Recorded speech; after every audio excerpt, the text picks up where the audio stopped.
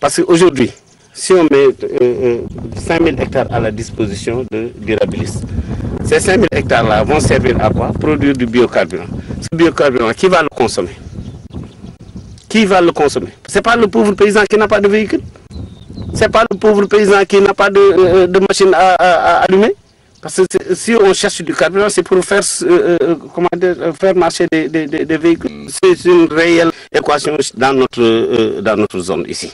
Si on ne travaille pas les terres, comme que les terres appartiennent à l'État et que des investisseurs viendraient ici prendre ça, c'est parce qu'ils sont plus forts que nous. Mais nous, on ne refuse pas de travailler. C'est le moyen qui nous manque. Le problème de l'accaparement des terres concerne également le Sénégal oriental.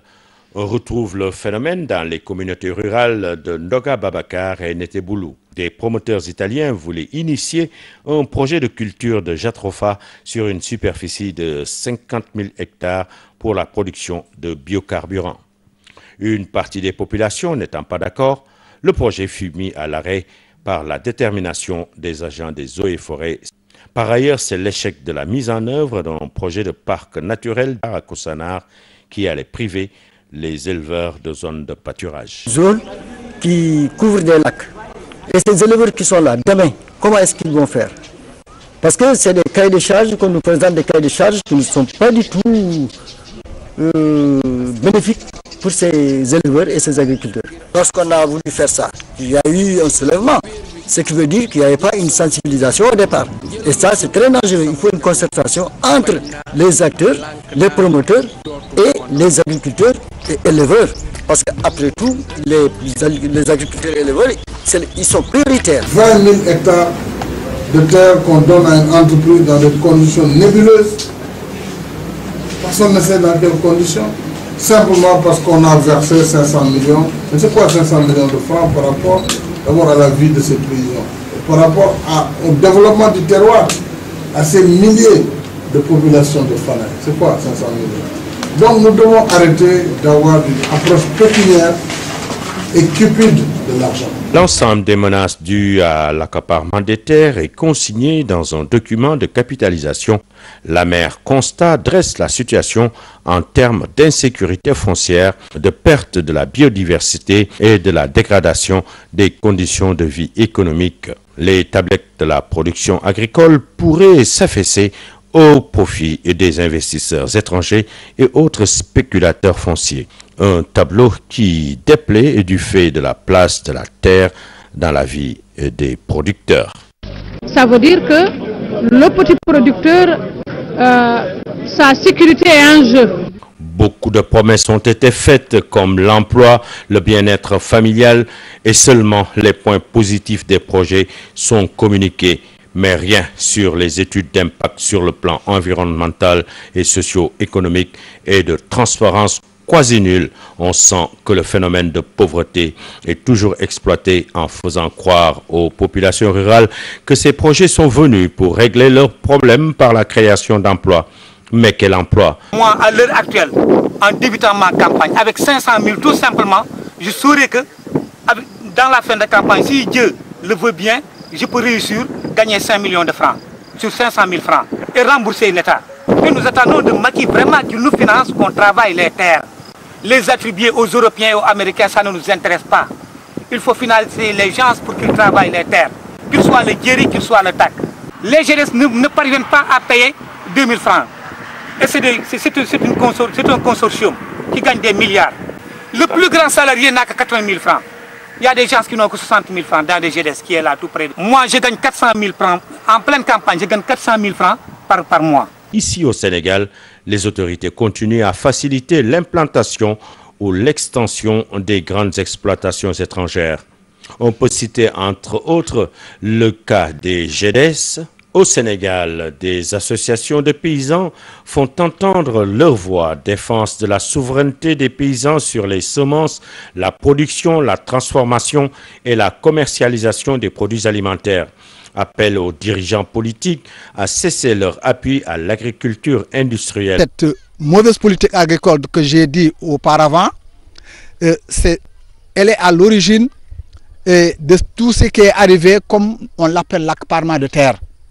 Donc il faut revoir la politique agricole, appuyer l'exploitation familiale, les aider dans le cadre des semences adaptées, dans le cadre aussi de l'équipement, mais en plus aussi changer de politique, comme ils ont souvent parlé de domaine national, mais le domaine national, s'il ne peut pas servir aux petits exploitants qui détiennent leurs terres depuis leurs ancêtres, si cette terre-là ne peut pas les aider à accéder à des crédits. Donc on doit prendre des dispositions. Le gouvernement doit aider les populations, les agriculteurs, surtout les femmes rurales. Surtout les femmes rurales. On a beaucoup parlé de l'accès des femmes à la terre, mais ça reste. C'est le gouvernement sénégalais qui peut aider les populations qui sont des agriculteurs à tenir leur terre, sinon de faire, comment dirais-je, des titres fonciers. Les élus du Sénégal se sont également joints à ce combat. Nous ne pouvons pas accepter qu'à chaque fois qu'on a la possibilité d'affecter des terres à des agriculteurs et qu'on n'a pas la possibilité d'affecter ces mêmes terres à un pasteur ou bien à un éleveur. Donc ça, je considère que c'est une injustice. C'est une injustice et je suppose que les éleveurs doivent s'unir. Les éleveurs doivent faire tout pour préserver cet espace pastoral. C'est de l'agrobusiness international. Et par rapport à ce qu'on nous miroite, ça nous rappelle l'intervention des colonisateurs pour tromper nos aïeux afin de faire le trafic de l'esclavage. C'est ce même phénomène avec cet accaparement où on nous fait miroiter de grands projets pour nous ôter ce qui est extrêmement important. Ce qui ne trompe pas, c'est nos terres. Quand on sait qu'aujourd'hui, beaucoup de pays, beaucoup de continents pensent que c'est l'Afrique qui doit les nourrir et que l'Europe pense même que c'est l'Afrique qui doit le nourrir et que le Sénégal est ciblé dans cette dynamique de la communauté européenne, à savoir venir prendre les terres de l'Afrique et produire pour nourrir les Européens. Si ce phénomène continue, on va assister dans 10 ans, 15 ans au fait que les terres du Sénégal ne pourront plus nourrir les Sénégalais, mais les Européens. Quel rôle SYCODEV a joué dans cela? Donc notre partenariat, notre engagement auprès de ces paysans s'explique par le simple fait que nous sommes conscients qu'il ne saurait y avoir de consommation sans production. Nous savons qu'aujourd'hui, au Sénégal, quelques 650 000 hectares ont déjà été donnés sous les mêmes formes d'accaparement, comme dans le cas de Djokoul, à 17 privés nationaux et étrangers. Et les exploitations de ces 17 exploitants, généralement, produisent pour exporter hors de ce pays. Ce n'est plus un rêve, ce n'est plus un projet, c'est une réalité. Donc un projet comme celui qu'on présente actuellement ne peut se concevoir que dans le cadre d'un partenariat long terme avec la communauté rurale.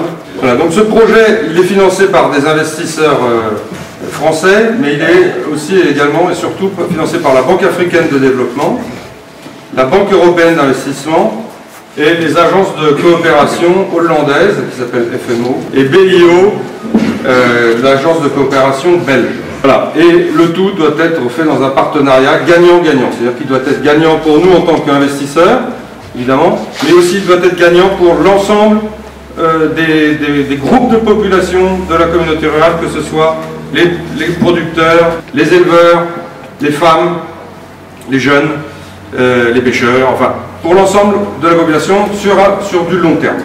Après 50 ans d'indépendance, l'Afrique devait compter sur ses propres ressources, sur ses propres capacités, reconnaître ses valeurs et essayer en tout cas de demander aux partenaires de soutenir son développement à partir de ses possibilités et de ses réalités. Ces possibilités, c'est quoi? C'est sa terre aujourd'hui qui fait son capital énorme et qui ne devrait pas être là uniquement pour apporter une réponse au nord ou bien aux pays industrialisés ou aux pays qui ont des difficultés pour assurer leur survie, et que l'Afrique continue encore à être pressée comme un citron. Nos gouvernants ont une part de responsabilité très forte